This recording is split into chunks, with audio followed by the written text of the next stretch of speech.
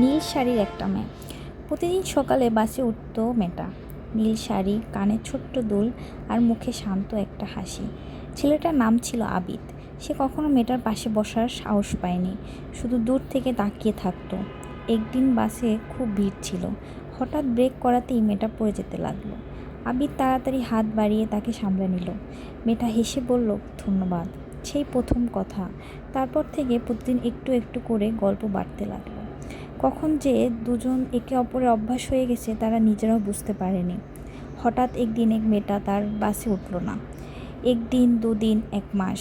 আবিদ প্রতিদিন একই সিটে বসে অপেক্ষা করত। ঠিক 2 মাস পর আবার মেয়েটা এলো, কিন্তু এবার তার কপালে ছোট্ট কালো টিপ আর হাতে সাদা ব্যান্ডেজ। আবিদ ভয়ে জিজ্ঞেস করলো, কোথায় ছিলে এতদিন? মেয়েটা মুচকি এসে বলল, অ্যাক্সিডেন্ট হয়েছিল জানেন। তখন শুধু একটা কথাই মনে আসছিল, কি, আমি যদি বেঁচে ফিরি তাহলে আপনাকে একটা কথা বলবো। আবির চুপ করে তাকিয়ে রইল। মেয়েটা ধীরে বলল, আমি আপনাকে ভালোবাসি। খুব সুন্দর একটা গল্প, তাই না?